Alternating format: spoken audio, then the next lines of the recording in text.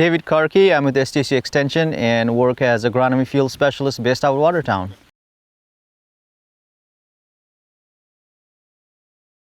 This is one of the research projects. The plant or the crop that you see behind me is oats, and this trial is about calibrating nitrogen recommendation for oats produced for grain production. And the reason I say grain production is there is folks who also grow oats for forages, but this is specifically for grain.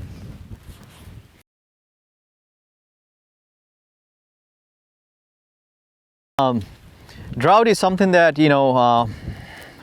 we can't really control it, but we have to work around it. But for this particular project, I was also mentioning earlier that we don't see much differences in the treatments, and the treatments here are nitrogen applied to the crop right at planting.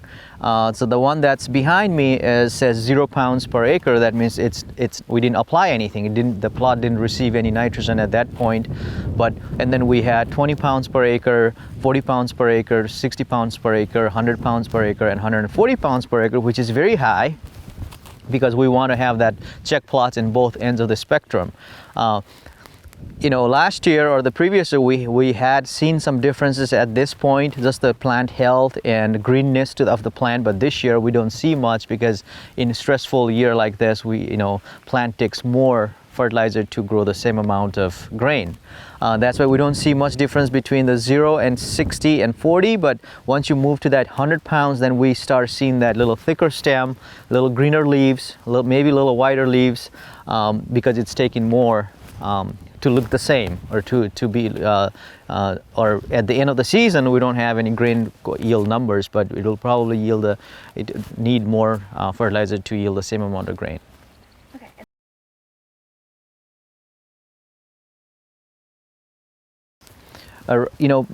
Right now producers are, in corn especially, I have seen some potassium deficiency symptoms.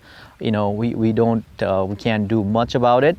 But another thing to get to this, both spectrum of the climatic factors. You have drought some years, you have floods some years, but now in South Dakota we are seeing more and more no-till system.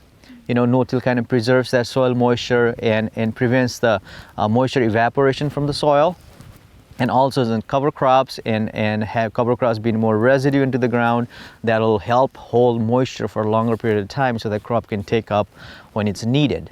And that solves a lot of problem, a lot of problem, and that's one of the tools in the toolbox that one can use to have that moisture in the soil profile and prevent evaporation with this heat. And also in the flooding time, when we have in South Dakota eastern South Dakota we see some flood issues or more moisture issues in the spring. But if you have any kind of cover crops that overwinters in your field and then growing in the spring, that can soak up that moisture, and when you go out and planting, you can have the nice firm seed bed. So that's probably the most important tool we have right now. And a lot of times, especially with the drought, we can't really do much